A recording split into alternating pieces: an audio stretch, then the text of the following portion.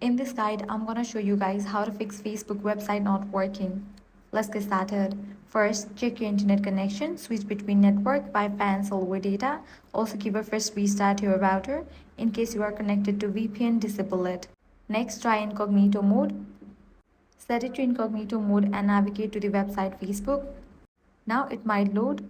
If not, next thing you want to do is clear cache and cookies of the browser.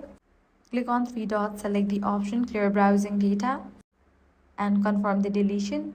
Likewise, check for browser update. Head over to App Store or Play Store, search for the browser that we are using.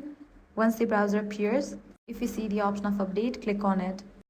Also, you can switch browser. In case you are having issues in Google Chrome, you can use Microsoft Edge and try to access Facebook website. And that's it. With this solution, your problem will be fixed. If this guide helped you out, do not forget to like, share and subscribe.